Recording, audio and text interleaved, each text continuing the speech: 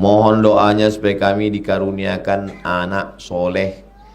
Apa yang harus saya amalkan? Sholat hajat, usolli sunnatal hajat, baca yasin. Selesai baca yasin, ya Allah berkat bacaan yasinku ini. Kemarin anak santri satu malam membaca solawat nariyah 4.444 kali selama 10 malam. Hajatnya supaya duduk Abdul Somad, Abdul Wahid, 10 malam sama ustazah. Saya minta, ini bertarung ini, saya bilang, nama baikku ini, kalau sampai tak duduk malu aku keluar rumah ini, gue bilang. Dibaca ustazah ini 4.444 dibagi. Jadi kalau santrinya 101, berarti satu orang 44 kali 101, 4.444 solawat nariyah. Minta bunyi lafaz solawat nariyahnya ke ustazah. Sholat hajat, baca yasin, al-fatihah, solawat nariyah, doa, sedekah, semua cara diminta kepada Allah. Tak ada yang sulit bagi Allah. Innama amruhu iza arada syai'an ayakula lahu kun. Kenapa tak dikabulkan Allah juga? Allah mau menengok kita mendongak di tengah malam. Allah mau kita sujudnya lebih khusyuk. Allah mau kita mengeluarkan air mata. Allah mau kita sujudnya lama. Saya kalau sedang susah hati saya, sedang banyak masalah, lama saya sujud. Nikmat rasa saya. Tapi kalau sedang tak ada masalah, cepat aja tuk. Baru saya paham kenapa dikasih Allah kita ini kesusahan, supaya nikmat sujud itu. Kalau sedang susah itu sujud tuh, ya Allah, tolong. Ini sekarang lama sujud nih karena mau masang cor.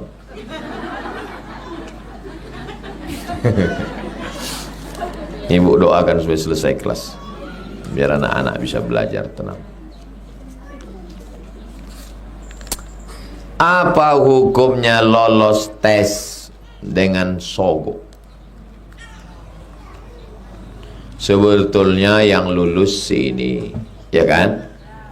Kemudian datang saya sogok 100 juta. Pam, akhirnya tercampak dia, lulus saya. Berarti saya dari mulai gaji CPNS, gaji penuh, golongan 3A, 3B, 3C, 3D, 4A, 4B, 4C, 4D, 4E sampai pensiun, uang tunjang, uang sipak, uang sundul, uang suku, SPPD, keluar kota, haram semua. Karena saya mau makan duit. Tas tes, tes bahasa Arab lulus, tes bahasa Inggris lulus, tes mengajar lulus. Tinggal berdua saya sama perempuan satu. Waktu tes UIN 2009 2008 datang kawan saya, ayo kita ngadap ke Pak Profesor Ilyas Husti, dia ini orang yang berkuasa meluluskan orang. Kata mak saya, jangan, kalau kau datang ke dia, lulus kau gara-gara melobi, sementara anak perempuan ini yang layak lulus, tak lulus dia gara-gara kau, makan haram kau, dilaknat Tuhan kau. Rezeki tak berpintu. Itulah kuat iman mak saya. Tak saya datangi. Akhirnya saya ikut tes murni, lulus tanpa lobi, tanpa duit. Lulus. Meninggal mak saya pun keluar dari PNS. 11 tahun saya PNS. Kalau tak lulus gimana mak? Kalau lulus berarti di situ rezeki kau.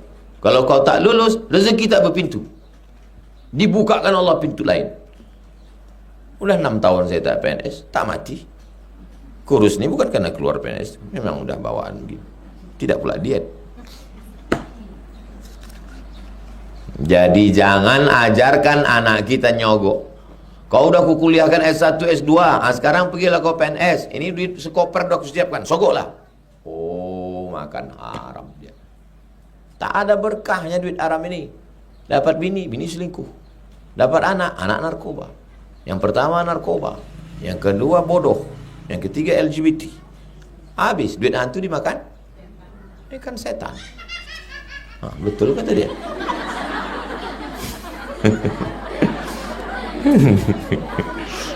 Tak ada guna, tak ada berkahnya itu.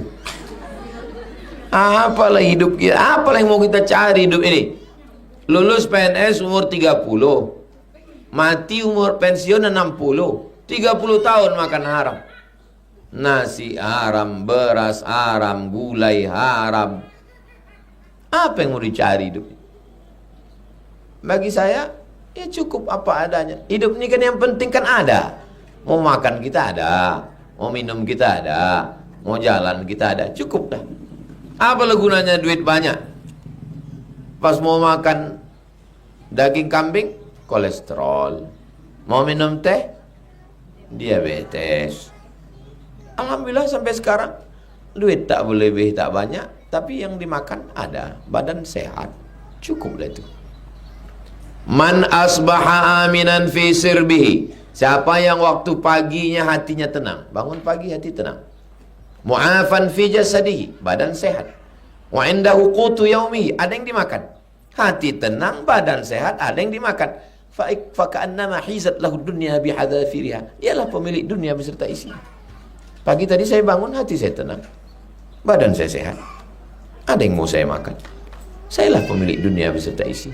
Apa yang mau dikejar hidup ini? Fir'aun berkuasa, mati.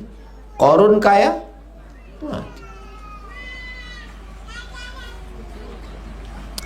Apakah menjaga jarak dengan tetangga termasuk memutus silaturahim? Memutus silaturahim itu, aku tak akan menyapa kau sampai 7 turunan. Nah, itu yang putus. Kalau sekedar menjaga, hanya sekedar say hello, jumpa, assalamualaikum, hai besti, dah cukup. Karena kalau ngobrol sama dia nanti terbawa ghibah.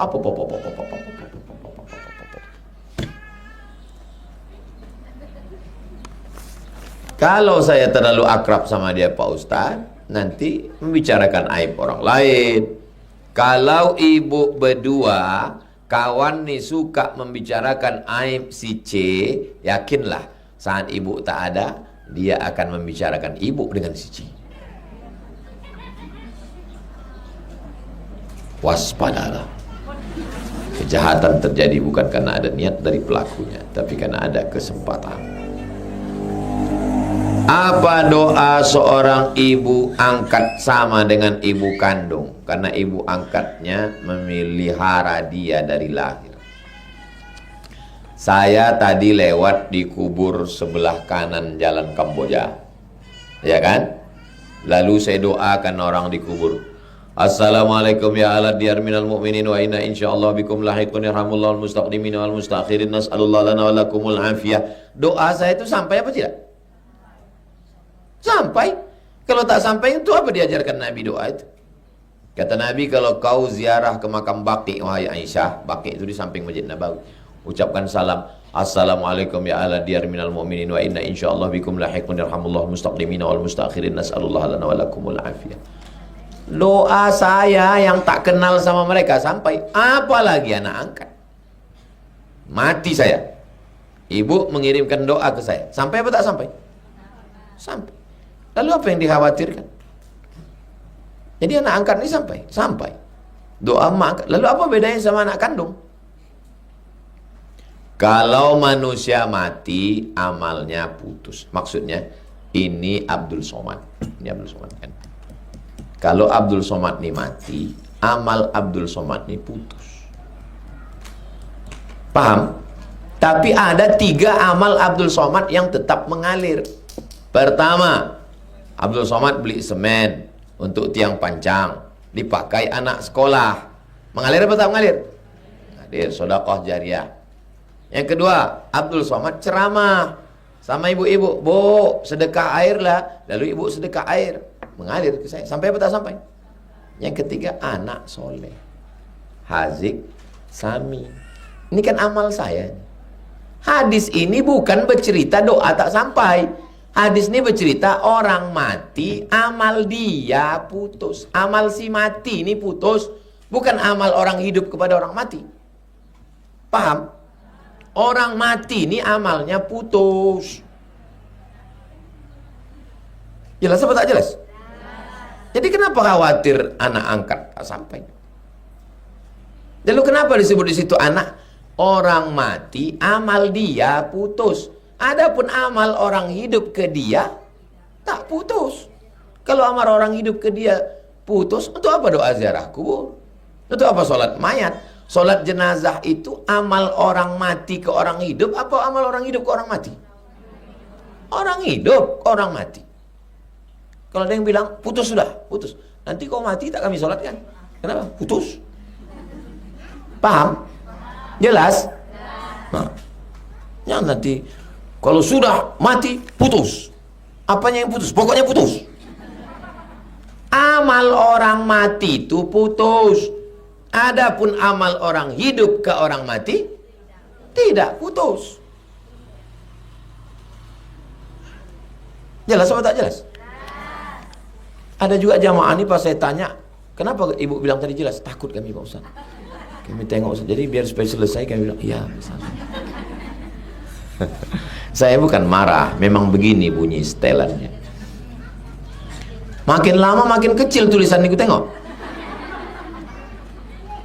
Bagaimana cara minta izin untuk menikah kepada orang tua yang sudah meninggal? Ziarah ke kuburnya.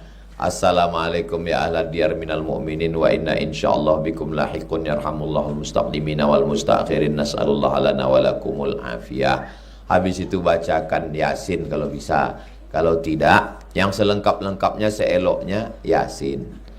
Kul Fatihah, Kul Huwallah 3 kali, Al-Falaq sekali, An-Nas sekali, pangkal Al-Baqarah, ayat kursi, ujung Al-Baqarah, lillahi ma fis samawati. Habis itu tahlil la ilaha illallah.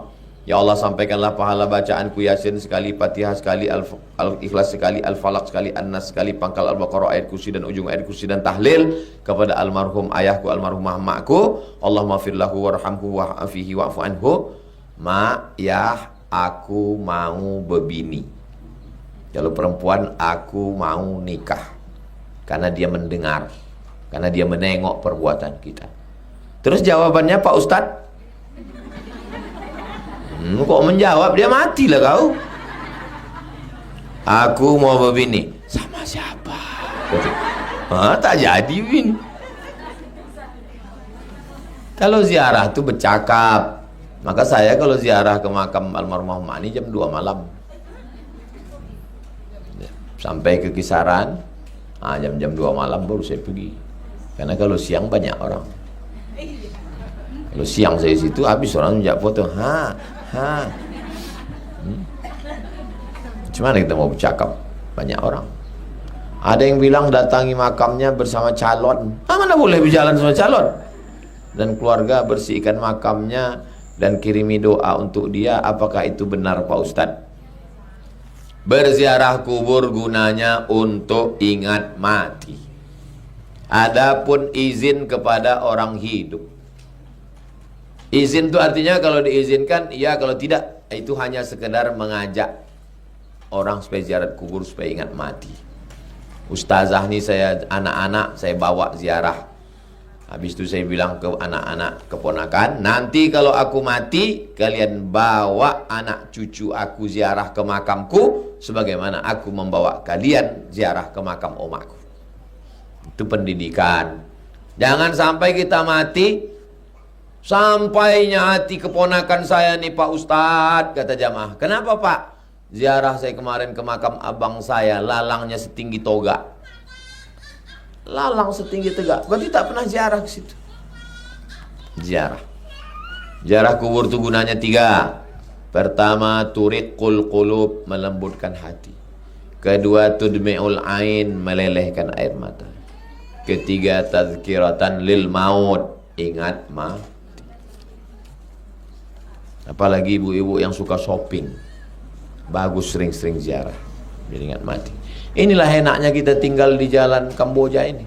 Satu hari bisa 3 kali ziarah kubur. Pergi saya ngantar ustazah ke kampur, ziarah sekali. Balik saya, ziarah lagi. Menjemput dia, ziarah lagi. Pulang lagi, ziarah. Ini mau keluar nanti habis maghrib, ziarah. Mana? Itu ziarah kubur sebelah kan. Kalau lewat situ jangan diam. Assalamualaikum ya ahla diyar minal mu'minin wa inna insyaallah bikum lahiqun yarhamullahu mustaqdimin wal mustakhirin. Nas'alullah lana wa lakumul afiyah.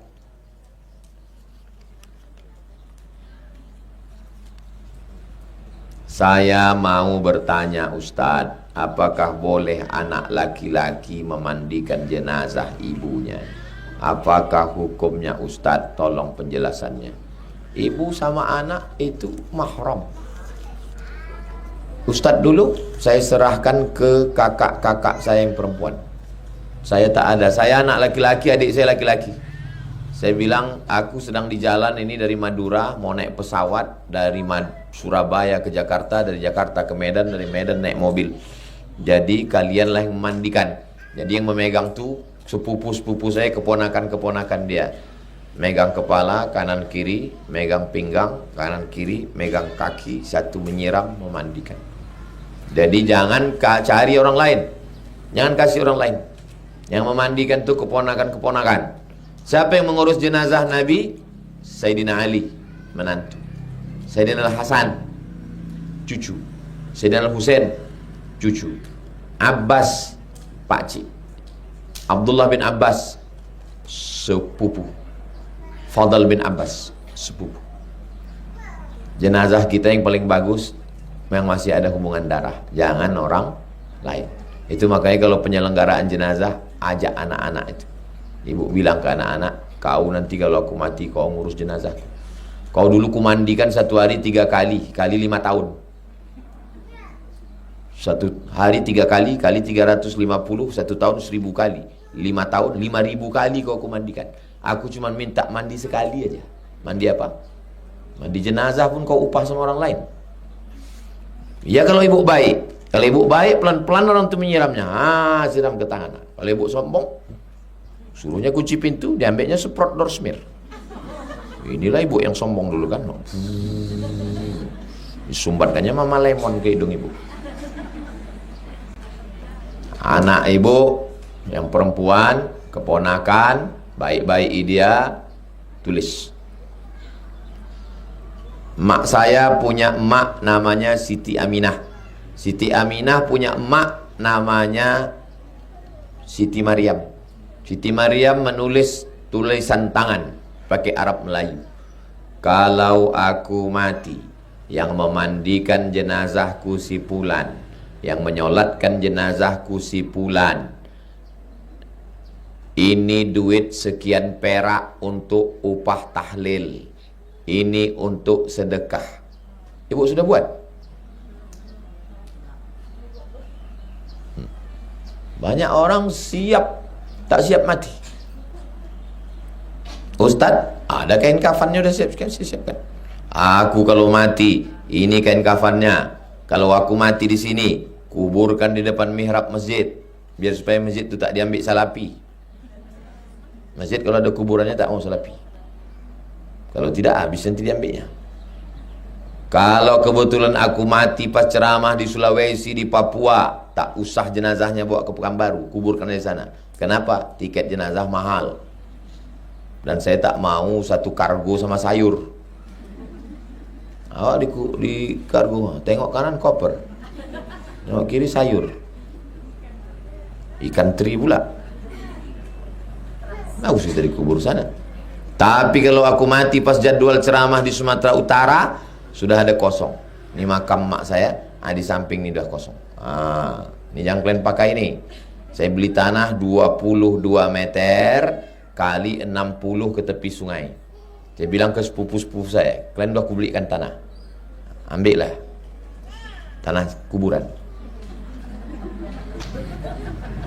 Tapi satu yang tak boleh kalian ambil, yang bagian kaki ini. Aku nanti mau di bagian kaki mati. Siapkan mati, jangan takut cerita mati. Saya selalu cerita mati sama ustazah, sama kalau rapat sama aku. Kalau mati pondok ini kalian teruskan, kalian terus mengajar supaya tak terkejut orang. Jangan sampai kita tak pernah cerita mati, begitu kita mati orang terkejut juga. Kaget orang. Apa yang paling pasti dalam hidup ini? Mati. Menang jadi gubernur Riau, belum tentu dilantik. Kalau sebelum pelantikan datang malaikat maut, Yang paling pasti dalam hidup ini adalah mati. Mim datema taya bawati, mati. Banyak juga ibu yang bisa mengeja. Berarti udah tua. Anak-anak sekarang mana bisa? Bataba, batata, basaba. Itulah kaji kita pada petang ini. Mudah-mudahan bermanfaat. Mari kita berdoa kepada Allah. Mudah-mudahan diberikan Allah keluarga sakinah, mawaddah, warahmah, anak cucu keturunan soleh dan solihah. Semua hajat-hajat dimudahkan. Hajat membangun kelas, hajat yang sedang ujian, hajat yang keluarga, hajat yang sedang kuliah. Semua hajat baik yang zahir, yang batin, yang disebut maupun yang tidak. Ala hazihi niyah, untuk niat baik ini. Al-Fatihah. A'udzubillahi minasyaitonir rajim. Bismillahirrahmanirrahim. Alhamdulillahirabbil alamin arrahmanir rahim maliki yaumiddin. Iyyaka na'budu wa iyyaka nasta'in. Ihdinas siratal mustaqim, siratal ladzina an'amta 'alaihim ghairil maghdubi 'alaihim waladdallin. Amin.